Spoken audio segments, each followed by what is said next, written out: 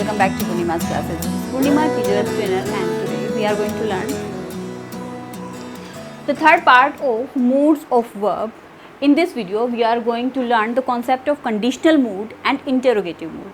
आज मैं आपको conditional mood का concept बताऊंगी कि हमें कैसे identify करना है conditional mood को and interrogative mood के बारे में हम discussion करेंगे. Okay, so let's get started with conditional mood.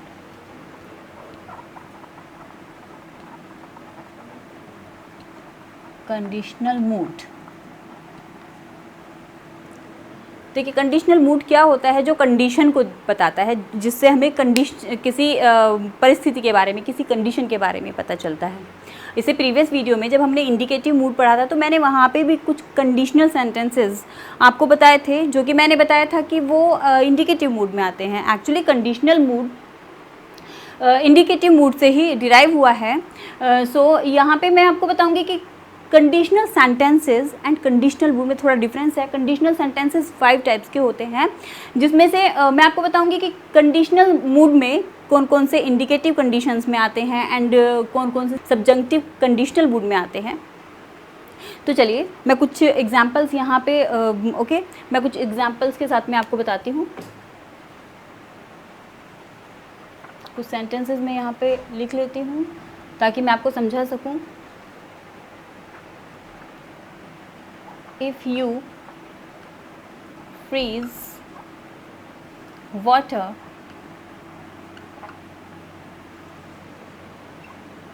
it turns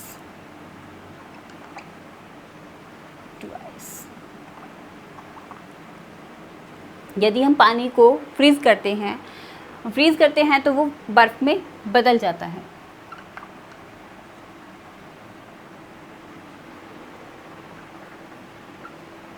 If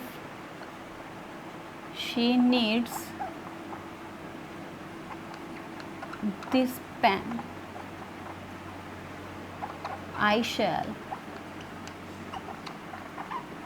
give it to her.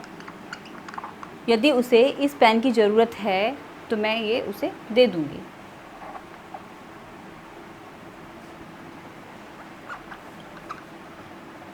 If I had money, I would buy a car. यदि मेरे पास मनी होती, पैसे होते तो मैं एक कार खरीद लेता. If I had chosen या इफ़ आई हैड. अब यहाँ पे कंफ्यूज हो जाएंगे कि 2 बार हैड कैसे आया है. वो मैं आपको जब कंडीशनल सेंटेंसेस के स्ट्रक्चर बताऊंगी तो मैं आपको तब समझाऊंगी. इफ़ आई हैड बायोलॉजी या फिर if I had chosen biology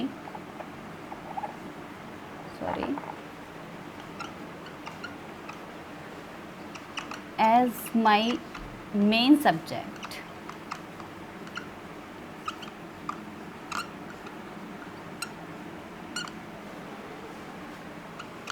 I would have been a doctor. यदि मेरे पास में मेन सब्जेक्ट के तौर पर बायोलॉजी होती या फिर यदि मैं मेन सब्जेक्ट के तौर पर बायोलॉजी चूज़ करती तो आज मैं एक डॉक्टर होती. एंड 5th टाइप का सेंटेंस कौन सा होता है? Conditional. If I were you,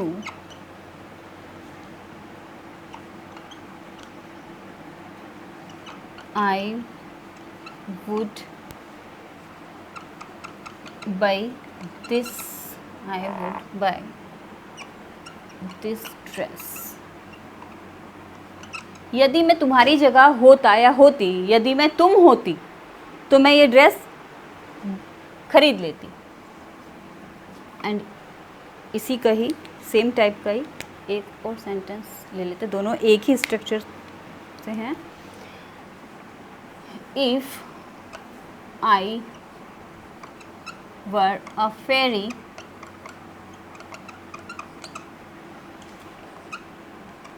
I would have a magical wand.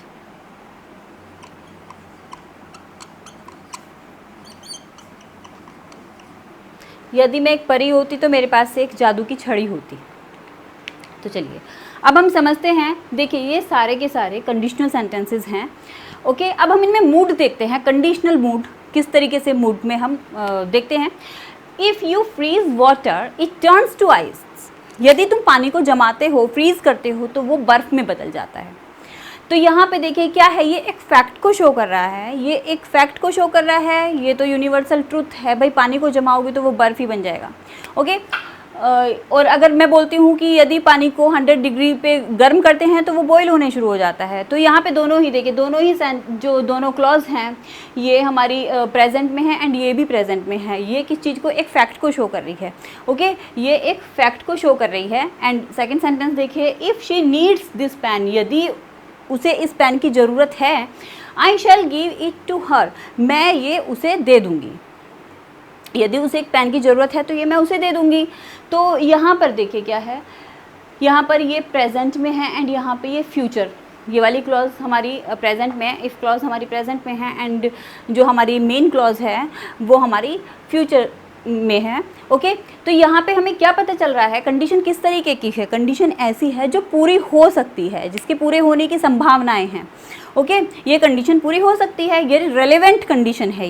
ये हो सकता है। If she needs this pen, यदि उसे इस पेन की ज़रूरत है, I shall give it to her, तो मैं ये उसे दे दूँगी। तो अब जब कंडीशन रेलेवेंट या फैक्ट से रिलेटेड आ जाती है, फैक्चुअल कंडीशन आ जाती है, जब रेलेवेंसी आ जाती है किसी परिस्थिति में जो कि हो सकती है, बात पूरी हो सकती है, तो वो हमारे किस में आ जाते हैं, वो कौन से मूड में आ जाते हैं, वो इंडिकेटिव मूड में आ जाते हैं। इंडिकेटिव मूड क्या बताता है, स्टेटमेंट ऑफ फैक्ट को शो करता है। स्टेटमेंट ऑफ फैक्ट या फिर फैक्चुअल कंडीशन को, कंडीशन ऑफ फैक्ट को भी ये शो करता है। तो देखिए ये वाले दोनों तरीके के सेंटेंसेस हमारे, जो ये वाली कंडीशन पूरी हो सकती है और ये तो एक फैक्ट है, ये एक फैक्ट है। ओके, तो ये हमारा आ जाता है, इसे हम बोलेंगे indicative conditional mood. Okay,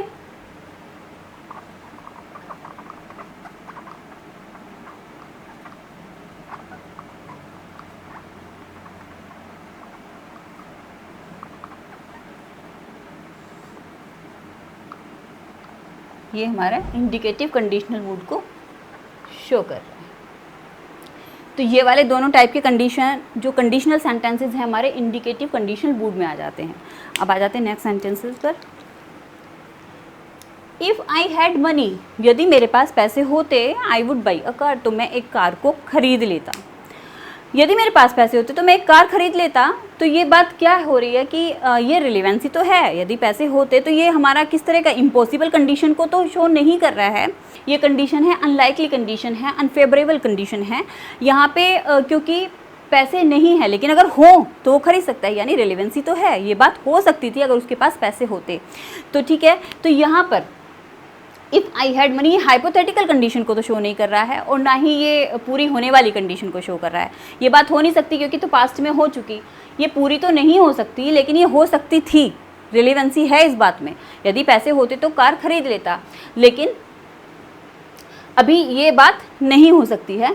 okay, तो यहाँ पर ये हम कंडीशनल मूड में आ जाता है ये, क्योंकि हाइपोथेटिकल कंडीशन भी नहीं है और ये बात पूरी भी नहीं हो सकती है अभी। तो ये आ जाता है, ये कंडीशनल मूड में ही रखेंगे हम इसे। And if I had chosen biology as my main subject, यदि मैं बायोलॉजी को अपने मेन सब्जेक्ट की तरह से चूज़ कर लेती, I would have been a doctor, तो मैं एक डॉक्टर होती। तो यहाँ पे ये कैसी कंडीशन है, ये रेलेवेंसी तो इसमें है। ये बात हो सकती थी, ये बात हो सकती थी। ये ऐसी इम्पॉसिबल कंडीशन नहीं है, ये पास्ट में हो सकता था, लेकिन क्योंकि ये पास्ट में हुआ नहीं तो ये इम्पॉसिबल है, ये हो ही नहीं सकता, क्योंकि ये पास्ट की बात है। अब क्योंकि ये पास्ट की बात है तो ये हो ही नहीं सकती। ओके, तो इसीलिए ये इंडिकेटिव मूड में हम इसे नहीं रखेंगे, हम इसे इन दोनों को हम कंडीशनल मूड में, ये हमें सिर्फ कंडीशनल मूड के बारे में बता रहे हैं।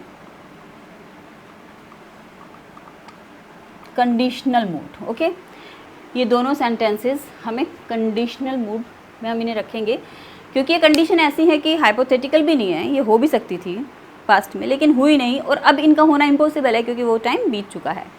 ओके, आ जाते हैं हमारे नेक्स्ट सेंटेंसेस पर। इफ़ आई वर यू, यदि मैं तुम होता, I would by this dress, तो मैं इस ड्रेस को खरीद लेता।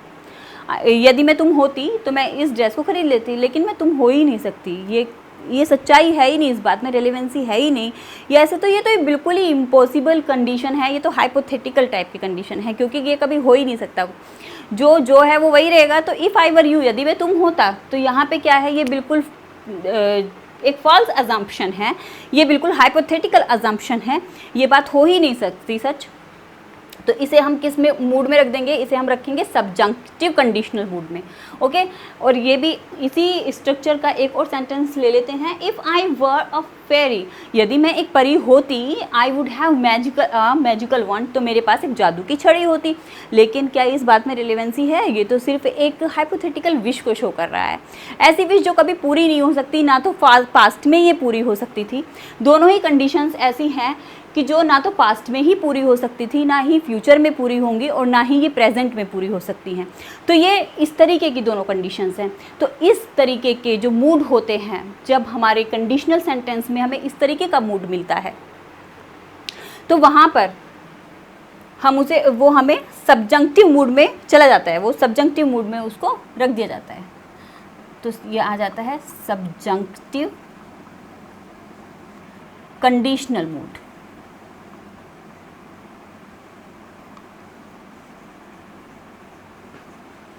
ये सब्जंक्टिव कंडीशनल मूड में आ जाता है।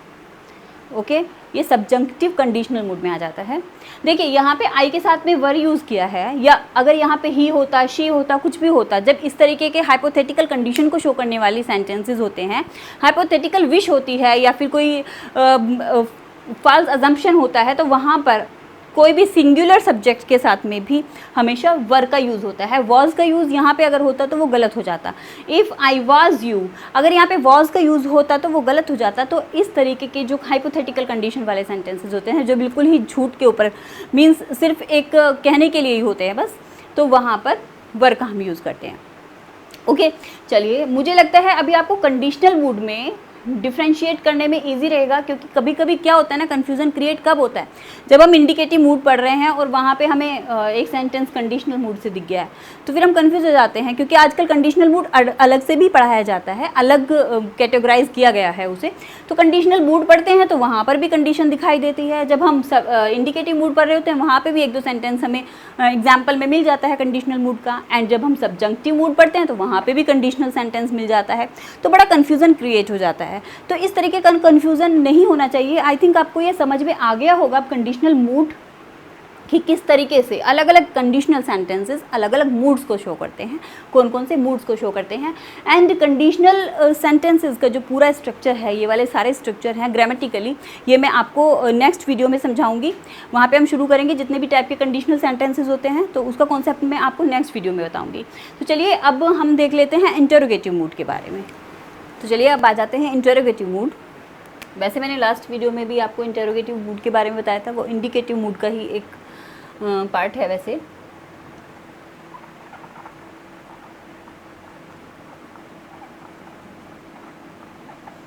इंटरोगेटिव मूड पर आ जाते हैं। देखिए, इंटरोगेटिव मूड से, इंटरोगेटिव का मतलब होता है क्वेश्चन वाले सेंटेंसेस जो होते हैं जिसमें हम क्वेश्चन पूछते हैं। तो एक मूड ऐसा होता है हमारा, जो हमारे सेंटेंस का या हमारे स्टेटमेंट का मूड ऐसा होता है कि जिसमें हम क्वेश्चन पूछ रहे होते हैं किसी बात की जानकारी के लिए।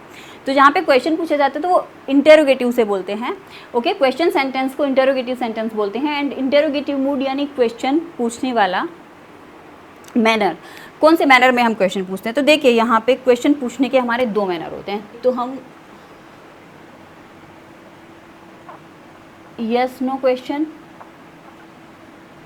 यस नो जिनका आंसर यस या नो में होता है, यस नो टाइप क्वेश्चन, ठीक है, यस नो। एंड एक होता है WH वर्ड, जिसमें क्वेश्चन वर्ड होता है, WH वर्ड या फिर क्वेश्चन वर्ड। क्वेश्चन वर्ड से स्टार्ट होने वाला क्वेश्चन। ओके, तो इंटरोगेटिव दो तरीके के होते हैं। यस नो एंड क्वेश्चन क्या से शुरू होने वाला और जिसमें क्वेश्चन वर्ड पहले होता है, तो वो वाले, ठीक है। 2 टाइप के इंटेरोगेटिव्स होते हैं। तो देखिए एग्जाम्पल से देख लेते हैं। हालांकि ये टेंसेस जब मैं पढ़ाऊँगी तो बहुत अच्छे से सारा का सारा ही आपको ये सिखाऊंगी मैं इंटेरोगेटिव सारे टेंसेस में। तो यहाँ पे कोई भी टेंस है, कुछ भी है, लेकिन जब क्वेश्चन पूछा जाता है तो वो मूड इंटेरोगेटिव मूड में आ जाता है। फॉर एग्जाम्पल,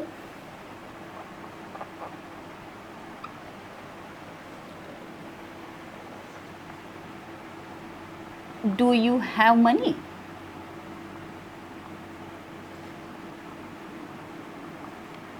क्या तुम्हारे पास पैसे हैं? Do you have money? तो इसका आंसर क्या होगा? यस आई हैव मनी, या no I don't have any.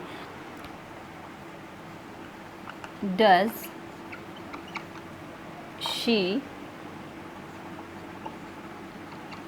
Play with her sister? क्या वह अपनी बहन के साथ में खेलती है? तो इस तरीके की जो क्वेश्चन वाले जो होते हैं, इसमें वर्ब कोई भी हो सकती है, ये किसी भी टेंस में हो सकता है, ये पास्ट फॉर्म में भी हो सकता है, ये फ्यूचर में भी हो सकता है, ये प्रेजेंट में तो है ही यहाँ पे। से जब हेल्पिंग वर्ब, ऑक्सिलरी वर्ब पहले आ जाती है तो उसके बाद से जो बनते हैं यस नो क्वेश्चन वो होते हैं। ओके, तो ये वाला मूड भी इंटरोगेटिव मूड में आता है, इसमें इंटरोगेशन होता है। क्योंकि why did your brother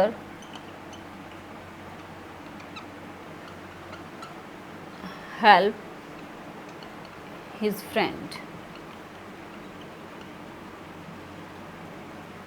तुम्हारे भाई ने उसके दोस्त की सहायता क्यों की, हेल्प क्यों की? तो इस तरीके का जो जिसमें WH वर्ड होता है, या फिर where do you live, where do you live, तुम कहाँ रहते हो। ओके, तो इस तरीके के जो क्वेश्चंस होते हैं, जो सेंटेंसेस से हम क्वेश्चन पूछते हैं, तो वो वाले सारे ही, चाहे कोई भी टेंस है, कोई भी ऑक्सिलरी है, चाहे कुछ भी है, तो वो जितने भी क्वेश्चन पूछने के लिए सेंटेंसेस यूज़ किए जाते हैं, तो वो सारी की सारी बातें जिसमें क्वेश्चन पूछा जाता है वो इंटेरोगेटिव मूड में आती है। ओके, वो इंटेरोगेटिव मूड में आती है। तो चलिए, बस इंटेरोगेटिव मूड में बहुत ज़्यादा कुछ है नहीं, ये आपको समझ में आ ही गया होगा। ओके, अब हम हमारी नेक्स्ट वीडियो में कंडीशनल मूड के सारे तरह के स्ट्रक्चर, जितने भी टाइप के सेंटेंसेस होते हैं कंडीशनल मूड में, हालांकि मैंने अभी आपको दिखाए थे सब जो कंडीशनल मूड में सेंटेंसेस, उन सब की स्ट्रक्चर एंड ग्रामेटिकल जो उनमें जो रूल्स होते हैं वो सब हम पढ़ेंगे हमारी नेक्स्ट वीडियो में। तो अगर चलिए तब तक के लिए समाप्त करते हैं हम अपना ये वाला जो वीडियो है, हम यहीं पर समाप्त करते हैं। ओके, तो अगर आपको ये वीडियो पसंद आया है तो इसे लाइक करें, सब्सक्राइब करें एंड एक बेल आइकन है उसे दबाना ना भूलें ताकि आपको फर्दर नोटिफिकेशन मिलते रहें। तब तक के लिए टेक केयर, बाय बाय।